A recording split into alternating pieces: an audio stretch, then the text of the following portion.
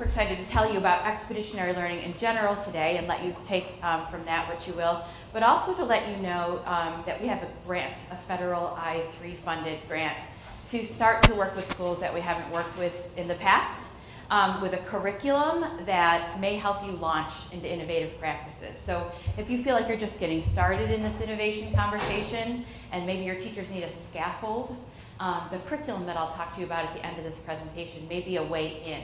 And we actually have a user of the curriculum right here, and Dr. Hardrick, so we can ask her questions too and hear how it's going in her school. So thanks. So as I said, expeditionary learning for a long time has been a network of innovative schools, and you have this page right inside your packet of handouts here. We think about three things when we think about innovation, and I was really happy to actually hear in the presentation this morning, the kickoff, how aligned we are with, in general, people's beliefs about what innovation actually could mean for kids. And so we talk about this, the dimensions of student achievement. And of course, one of the dimensions of student achievement is mastery of knowledge and skills.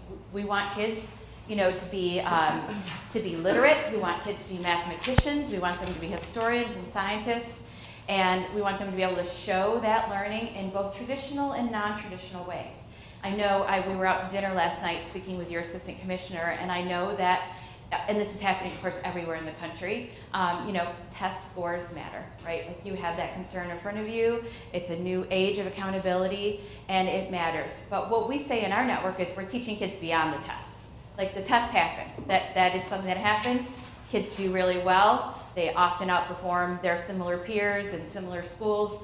But that's not the stopping point. That's not the end game, right? Like, that's just something we're all experiencing. It's part of our educational culture. But education should be so much more than that, all right? But I don't want to tell you it doesn't matter. I know that it matters. So beyond that, we also invest heavily in character. And by character, what we're talking about is these qualities of performance character, perseverance, ability to tackle a challenge independently, knowing when to ask for help. And so not character so much in the sense of values, but character in the sense of, I'm an effective worker, I know how to collaborate with others, and I know how to get what I need to learn all that I can. And the third thing that we're very proud of in our expeditionary learning schools is this commitment to high quality work. And so we spend a lot of time with kids helping them understand, what does work look like in the real world? What does it mean to do your very best work? And we're proud, and I'll show you examples, of the kind of work that students do that looks like the work of professionals. And often when people see the work, they're like, wait, what? Second graders did that? And so I'll show you some examples of that as we get started today. So can you take a few minutes just with folks who are near you to say, what parts of these three dimensions of student achievement resonate with you? What feels like the kinds of things you want to see in your schools, or maybe that you already are committed to doing in your schools? Go ahead and talk to a neighbor about that. Yes.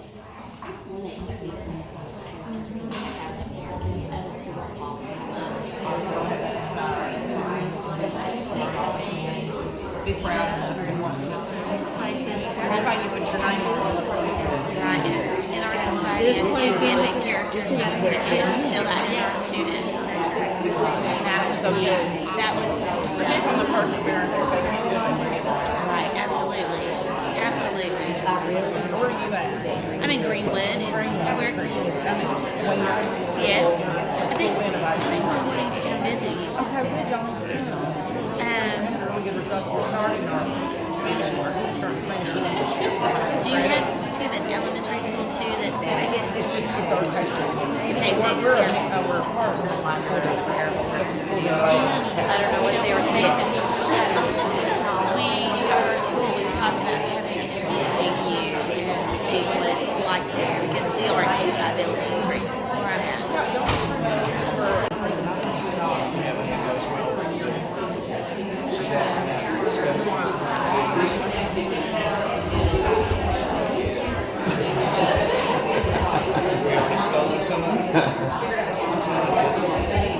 And if you see my hand up, just put your hand up.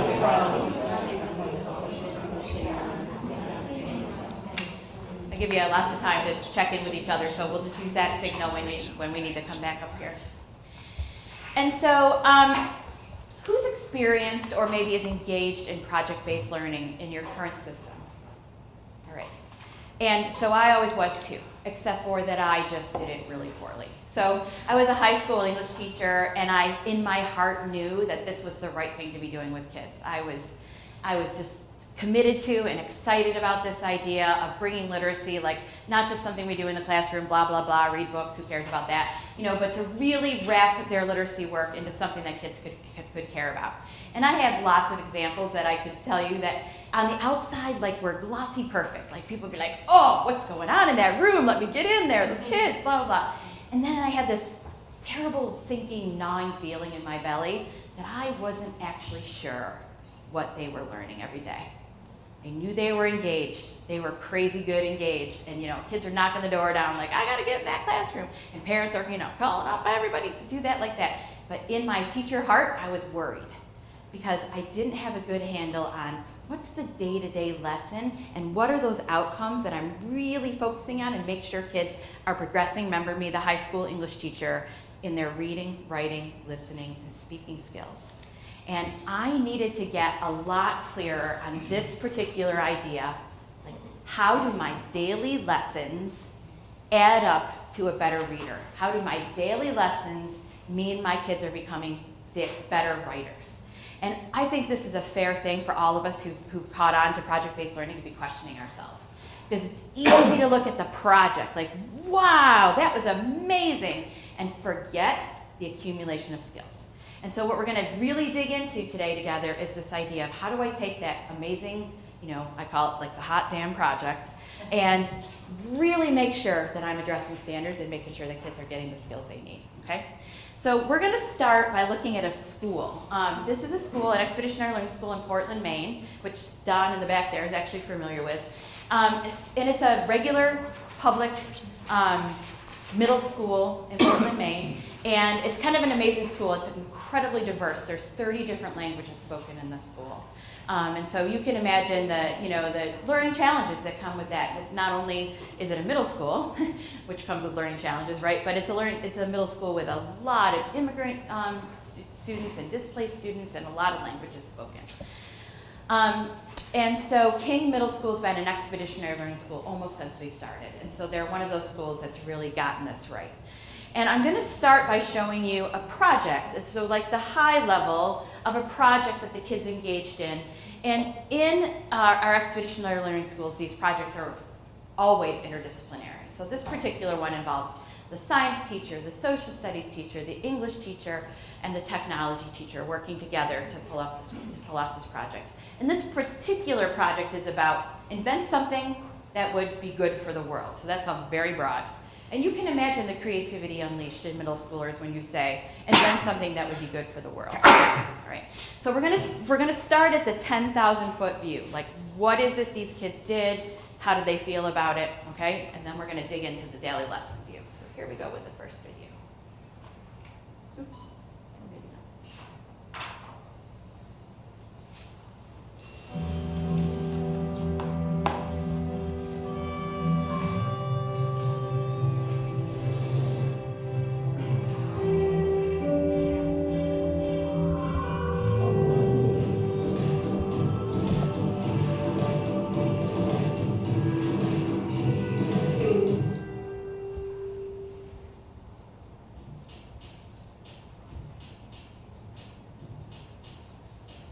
What if kids could use design to solve a real-world problem? What happens when kids are expected to solve real-world problems across disciplines?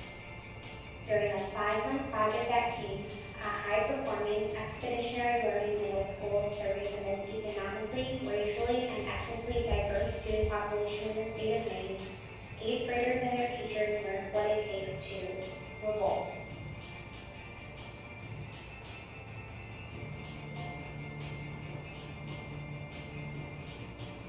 You're going to create a device that captures natural energy and transforms it into something that's useful for people in some part of the world.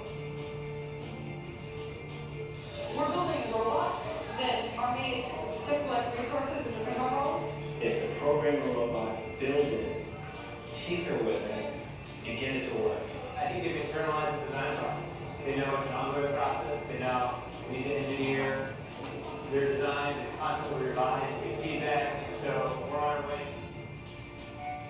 You managed to build a big wind turbine, power his house, and he did it all with a book and some trash. I think, I just remember that was a big kind of element that was brought a lot of weight in throughout the entire expedition. Kind of showed the importance of like making simple devices. The criteria for this project is a wind turbine that is stable and sturdy. It has to generate at least 1 volt of electricity. And the other piece is we want it to be creative, outrageous, ingenious, and inspirational. The product was a site plan to install a wind turbine somewhere in the state of Maine. The students started using the language of tech ed, where they built the device, science language, and geographic language all together. You're going to create a device that captures natural energy and transforms it into something that's useful for people in some part of the world. So they gave us books and they gave us market research and a lot of field work. And so we have everything we need right there. And then they sort of let us loose.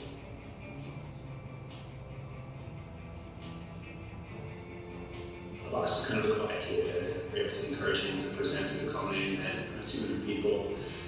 It's just like eloquent, beautiful, and called the electromagneto.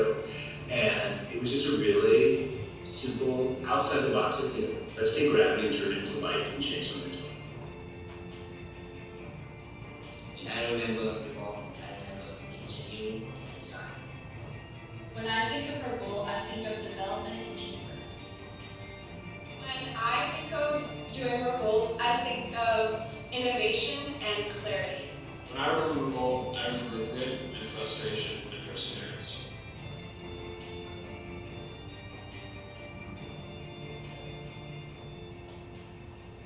All right, so just with someone near you, what's intriguing? Oops, sorry. It was intense. When everything is over, all the parts are integrated. Sometimes we don't know what happened, it just wouldn't place. Let's take a look at the conditions that make a wildly intense interdisciplinary project fall into place. That's where I start. What do I want the kids to know? That starts with a standard. Standard did the foundation of what we do. What is going to prepare them to be a learner in high school?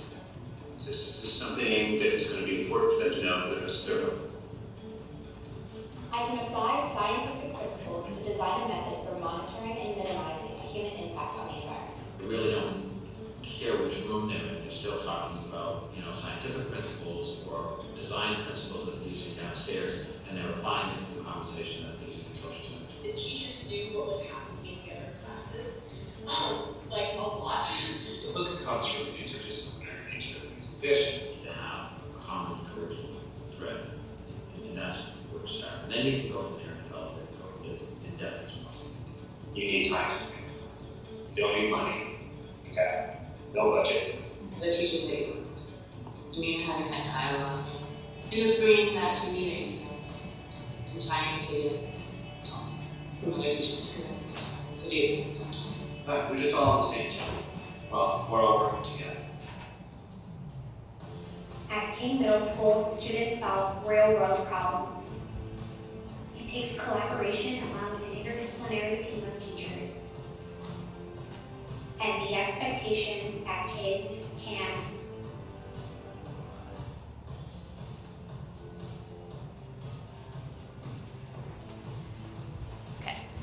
Talk to somebody near you. What's intriguing about what you saw? What concerns you about what you saw? And then I'm going to want to hear those concerns. So what's intriguing? What concerns you?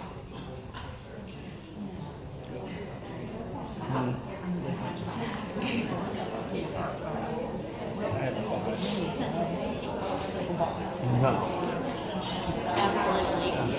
I think what intrigued me was that they were learning it was just a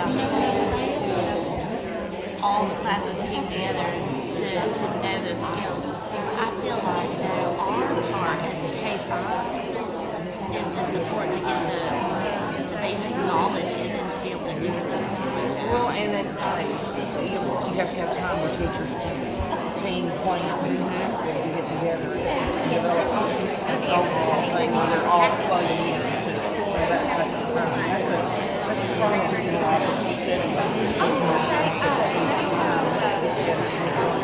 Absolutely. I just like did you hear the vocabulary and the words they were using? It wasn't like they said if they didn't learn it in a sit down, write a vocabulary words out, have a test over it. It was application. Right, it was. And the one thing that I always bring up, You got the magic wand.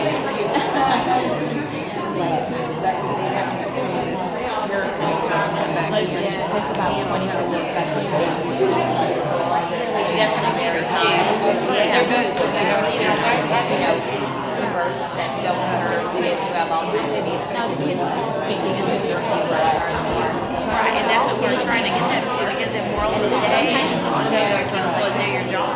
We just click Let's a be whole bunch of together them and and we just move them this far instead of picking up the whole This bunch kind of of them. learning is where we're going again. So that rising tide. One of our teachers Friday said that we're teaching our kids to be global people.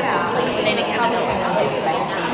And we've got to think globally to not educate our children globally right now, especially as down in Arkansas. Well, that's a problem, for everywhere, all the time. We find it's pretty hard for some students to relate. Like they have to work, it's really hard to not want to build a profile. You know what I'm saying? So that, that is kind of my idea. It's not just connected to the story. And what they do, is find that if they wrap things in the right context, more kids get development. I have to go every Friday.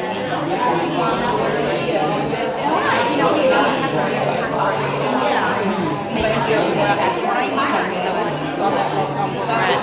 Use that program. So that's sometimes get outside of school to And be able to talk to learn in another culture. So that's yeah, and that might have been. So why would we want to keep it the same? Why would we want our students to learn the way we learn? Yeah, it sounds like it might have been like a club, right? So now the question is, how do we move that club atmosphere? Yeah. In high school, getting high school teachers to think this way. So that's why grant's good, because I feel like it's a baby step. It's a baby step into this, so we'll get to that. Just warming people up before you go like, let's build robots. There's also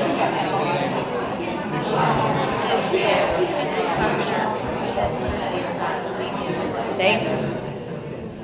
Let's hear just popcorn, some intriguing parts of what you saw. If I may say, we took a team of teachers there last year. Yeah, great. And what that video does not do justice. We spent there 2 or 3 days, and it was the most amazing experience that I've had in 24 years as an educator. It really got me going. It's really real what they're doing there. So that's one of the reasons that I'm here. Thanks. Good. Thanks. It moves all of school kind of back into that Wiggins and McKay essential question framing. Yeah. That rather than here are the objectives, here's the question. Yeah. That's a whole lot. Yeah, and what I thought you were going to say is Wiggins and McTighe, understanding by design. So like that clear outcome, and so what are the steps we're taking, and that's the next place we'll go. But it's really easy to see something like that and wonder like, okay, so what's happening every day that's actually like getting kids to like learn to read and write and do math? Like, are you just telling me they're just playing with stuff over here? Like, and we know what kids would love that, but we also have to be careful and accountable to standards. So we're going there next, right? One more intriguing. I thought it was preparing them for what their jobs will be like someday. Yes. Yeah. Right. And I think the kids in the video actually even said that, or some kid says this later about like, oh yeah, now I'm doing this for my life, So nice. So I'm getting some good nods from like concerns, like, yeah, but I've got kids who don't read. I've got kids, like I got this test. How do we do that? And I'll talk about that in a little bit. What else is maybe a question? When did the teachers find time to collaborate? Yeah. Mm-hmm. One more question. I'll talk about that. How do you explain to parents? Nice, okay, good. All right, so collaboration in this school is it's baked into the schedule. I love when Peter says, you don't need a budget, but you need time to talk, and it is so, so true. And so part of your resource decision is, what are we doing differently with people's schedules so that these interdisciplinary teams can meet and plan? And then the parent thing is super intriguing, and it's happening kind of all over now with parents saying, like, what are you people doing? Because that doesn't look like school to me, you know, and how do we bring folks along? We find that kids are their best advocates in that particular case. So let's go to the standards question first. So I want to show you this, first of all, which is in your packet. And this is super simple, and it is such a tool that I needed to have when I was a teacher and I didn't have, and this is why my projects weren't as good as King Middle School's projects. And so what you see here is like nothing fancy. It's a chart, but it is an example of the kind of planning that the teachers actually do when they're meeting together. And so you'd see a sheet like this for every content area. And so you see it is really built from the standards. And then we start to get into this interesting language, I can. And those are learning targets, if you're familiar with the work of Rick Stiggins or Moss and Brookart. This is about taking those standards and making them transparent and kid-friendly.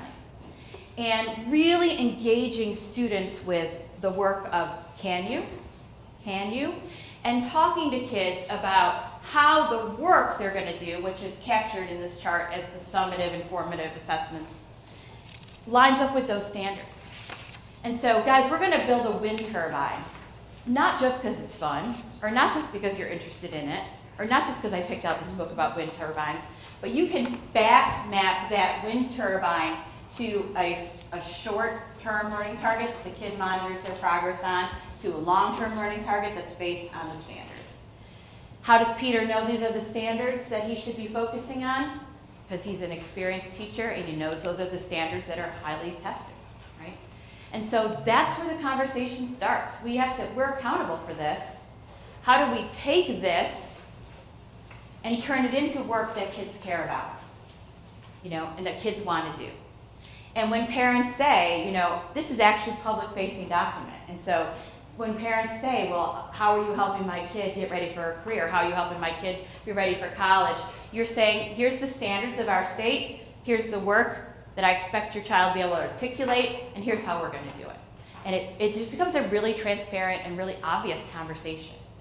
And kids know, I'm doing this not just because it's fun, but because it's helping me with this particular skill or content, okay? And so simple, actually incredibly hard to put into place with quality. So it's not filling in the chart that's the magic, it's the teachers being clear and you know, articulate enough and planful enough with each other to put the right stuff in the chart. Because I've seen hundreds of these that are also sort of, remember that old thing when we were learning to program computers, garbage in, garbage out, right? So the coaching comes around making sure this is filled in with quality. If we think about this as curriculum, think about how clearly any curriculum you're using in your systems is articulated. Talk to each other just for a minute. Do you see a difference between this as an organizer of curriculum and whatever, you know, organizer of curriculum you might be using right now? And how would this perhaps make this journey a little bit more clear? Okay, go ahead, talk to each other.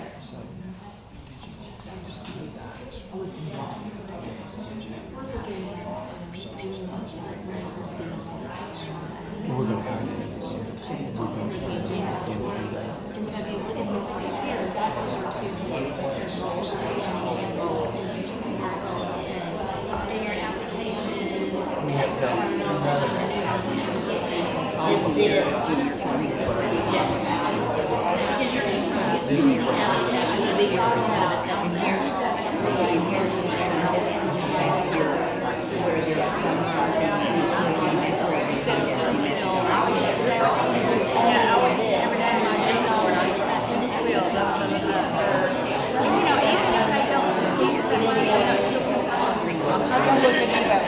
Y'all know that learning by design. We had a co-op. I was similar to this. It's like a band. It's arranged, but what it does, they have all their forms are there, they're just typed in. They got all kinds of resources, but it's the same way. You start with it, get global, it gets a little more specific. But what does it, it's flipped. It starts the opposite way. Just begin with the end in mind, which makes sense. Yeah, it starts with the end in mind. You go down what you do, it has a place where you put in some questions, they have to match up with this. Then you have your goals are still Teachers and there's just a huge conversation like, well, can you? Like, here's the evidence I thought we were collecting. Yeah, there's they went to get more. Yeah, here I'm so glad you're here. I was expected to bring this one. You're smart, smart girls. Smart girls. Yeah. So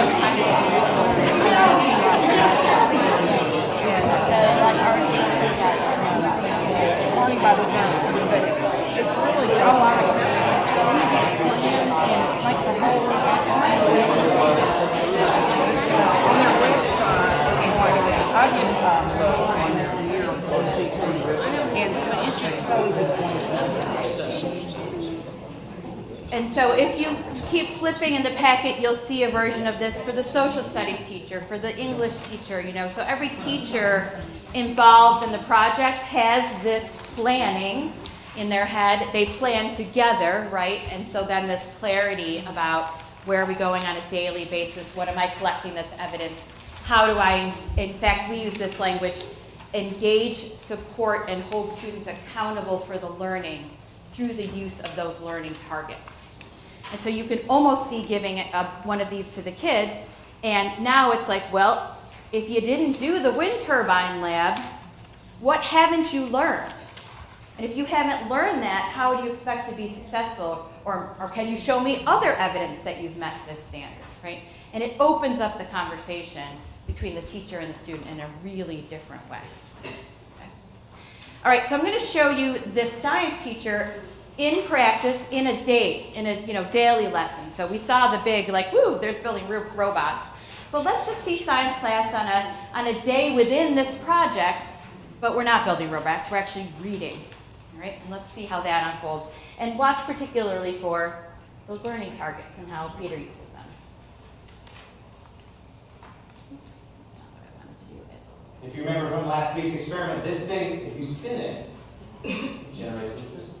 In Peter Hill's 8th grade science class, students are learning to read and think like scientists, closely reading a complex scientific article. They are developing a conceptual understanding of how electricity works. I know what a scientist was, and he said, look, my job is 10% experimenting, 40% writing, and 50% reading. So I want kids to kind of have a middle school version of that experience in my classroom. Basically today, we're going to read a really complicated article that explains why moving magnets over wires makes electricity. All of this stuff is focused on this target. I can explain how magnets and wires work together to affect electrical energy. So today we're going to learn the why. I had a pretty complex text that I wanted the kids to dive into. It had complex vocabulary, complex concepts, and a lot of the concepts were abstract. We're talking about things like atoms that nobody's ever seen before. So we needed to find ways for the kids to really tackle that complex text. The first thing we're going to do is a pre-reading activity. Before we even start the article, you're going to work in teams to do this activity that we call GPS. Does anybody know what GPS stands for? It does, for most scientists. For us, it's standing for something much more basic. Glue, paper, and scissors. All right, so you'll see what that... Before we started reading, we looked at the vocabulary that was going to turn out in the text. I took the text that you're about to read, and I took out all the key vocabulary words. I sliced them up into individual little tags. With your teams, you're going to take apart those tags, you're going to spread them out, and you're going to talk about the words. You're going to organize them on that blue piece of paper in a way that makes sense to your team. Yeah.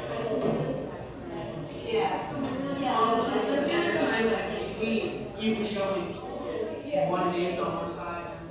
We have a heterogeneous class with readers from all over the world and at all different levels. The value in that activity is the kids sitting together and talking about the words and just having those in the forefront of their minds so that we can transition right into reading the text. What about conduction? Two words that I was struggling with were induction and conduction. Do you remember the video again by Tesla? Yeah. He invented the induction motor. During the activity, it helped me like know which one is which. Like, what does the train conductor do? He controls the train like two ways. Yeah, so there's an element of movement usually involved. And how they interact with electricity. It's like causes and activates and movements. So that, you probably think about how that fits in directions. We're going to actually tackle the article now. So you have a choice to make about how you want to read this article. This one, which is the article in the separate note catcher. If you feel like this stuff is totally brand new to you, and the categorization might be difficult, grab this one, which has the note catcher kind of embedded right in the text. We think it's important that all kids read the same text.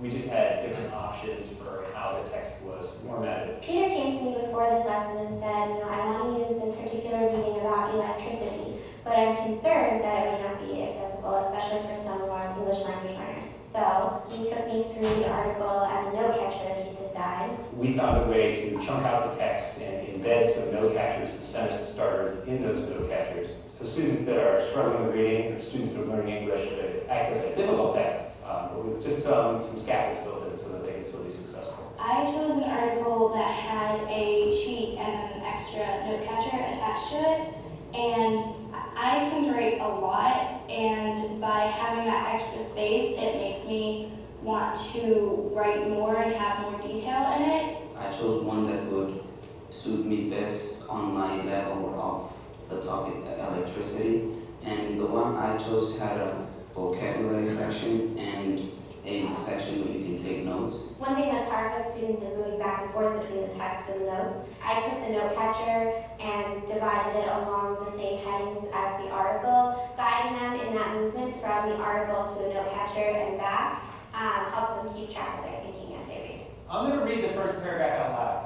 And then at the end of the paragraph, I'm going to ask you to do a cat key on the page. Because remember, cat key is the strategy we're going to use to keep ourselves focused while we're reading. We have a classroom strategy that we use all year long, and what kids do is, as they're reading, they code the text in one of four ways. They can make a connection to something they know, they could ask a question, they could translate the information into their own words, or they could predict what's going to happen next in the text. So we affectionately call that cat key.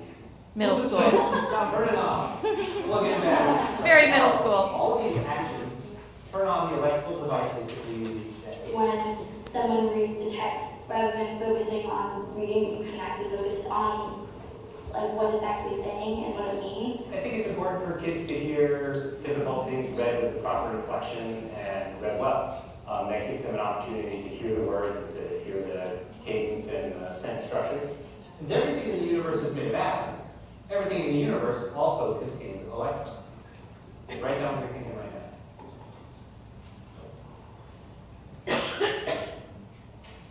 Okay, we can cross the table, talk to the person that you're facing, and have a conversation with them about what you were thinking when you read that paragraph. Everything in the universe contains electrons.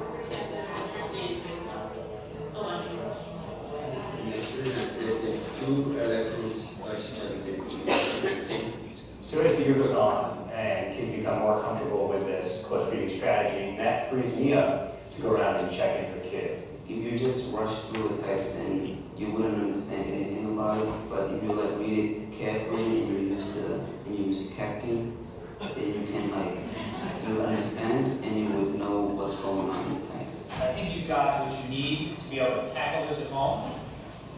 We're going to use it for a group activity. The quintessential middle school teacher. All right, go back to that first page that had the 3 dimensions of student achievement on it.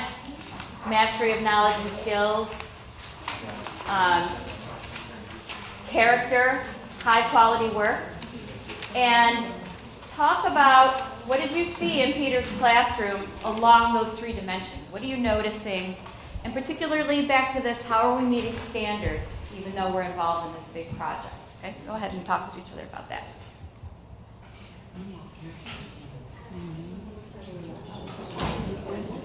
What we saw in the mastering of skills was having them learn to doing their reading and to really do a close reading on it and learn vocabulary was the huge part at first. And then also the importance of the scaffolding for kids and installation that might be a bit more having a choice.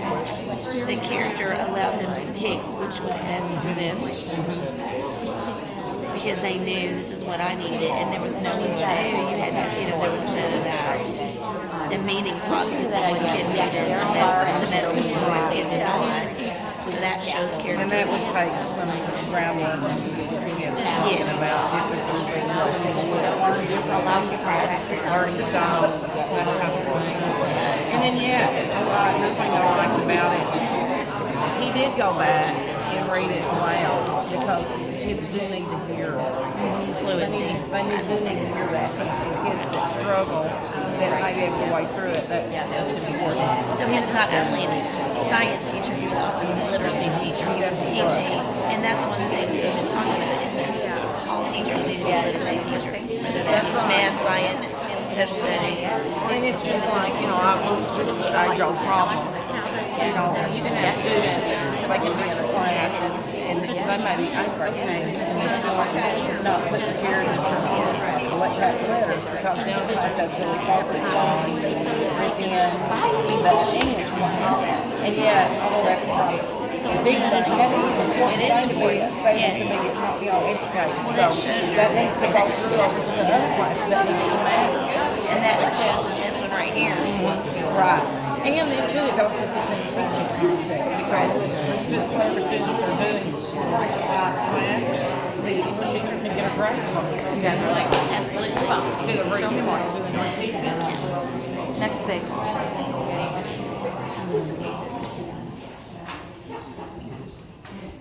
The next thing in your packet looks something like this. Has got a snake on it. See if you can find that. It's slightly different, but it's definitely got a snake on it. So would you just read the opening paragraph of that particular piece of work? And what I want you to think about is, what grade level is this? And what standards are being met? Go ahead and look at that and think that through.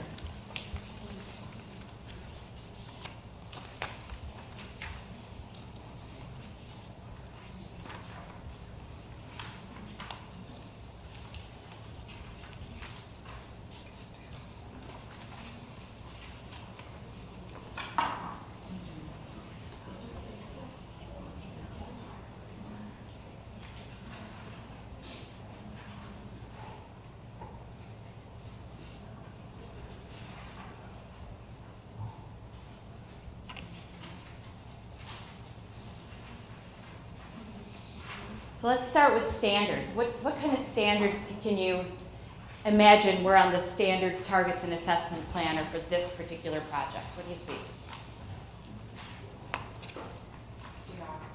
Okay, great. Keep going. Some great writing. Right, so we see a really strong writing here, okay? So informational writing in a narrative form. Keep thinking. What else you see? Rich vocabulary. Right, lots of vocabulary development. Where do you think that came from? It didn't come from like, this means this, boys and girls, and this means this, boys and girls, right? How do you think kids got this smart about their snakes that they were researching? Yeah, lots and lots and lots of informational reading, okay? Reading closely for details, gathering evidence to make these stories. All right, how brave are you?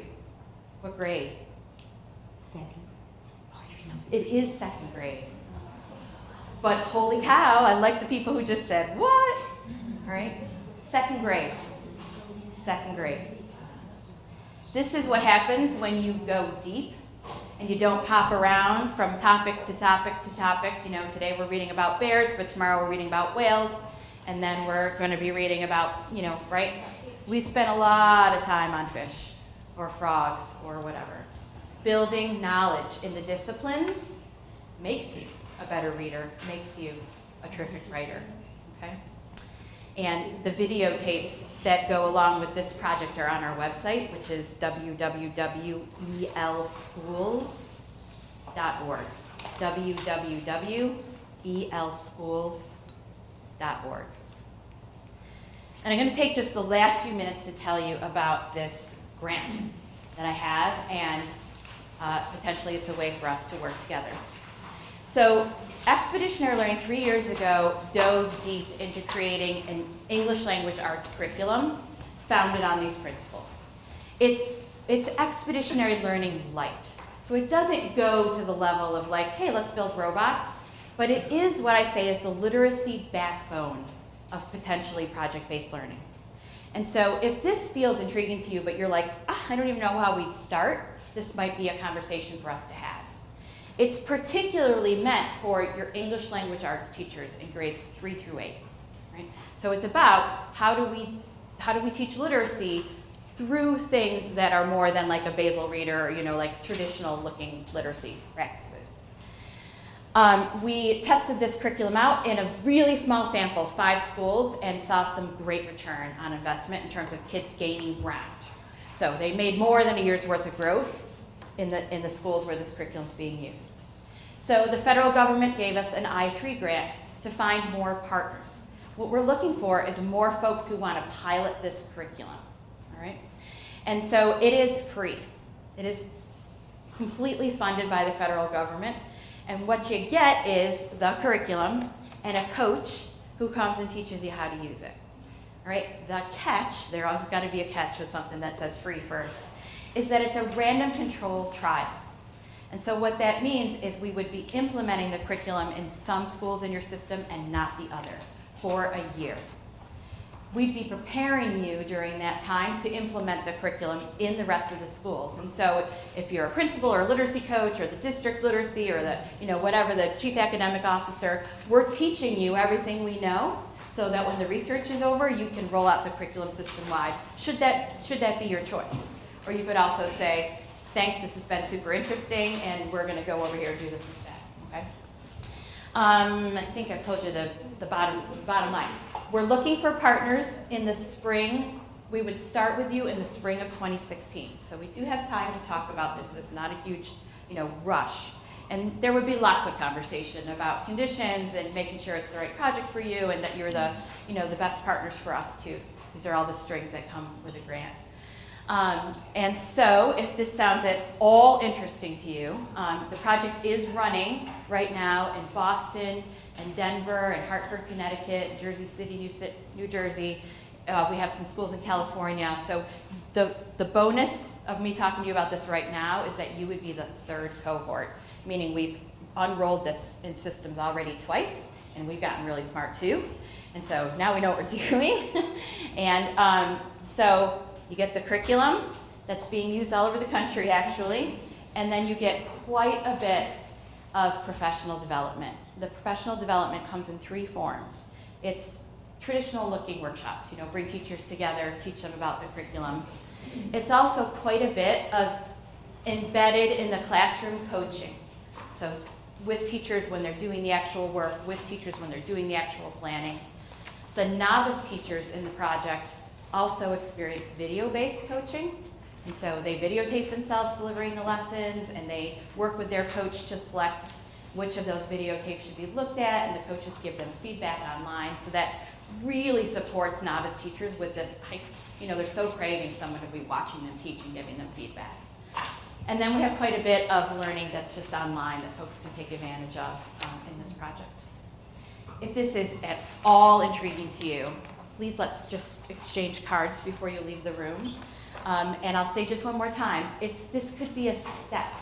So if you see yourself somewhere in the future being like a King Middle School, this is a way to start with a lot of support and a lot of scaffolding. All right, so bring me your card, I'll give you my card, transition to your next thing. And just a quick announcement, I know you ran short of handouts, I believe? Yes, we did. If you use the innovativeed.org/questions, if you'll put that in there, we will email you the handouts. We did run extras for the afternoon session, but didn't have time for the morning session. Great. But if you'll use that, give us your email, say, I need the handouts from this session. We will make sure that you get those handouts. After lunch, the session I'm doing after lunch will actually be experiencing a lesson from this curriculum. So you'll be learning it like the learners. All right? Have a great rest of the day, and I hope I see you again. Come get my card.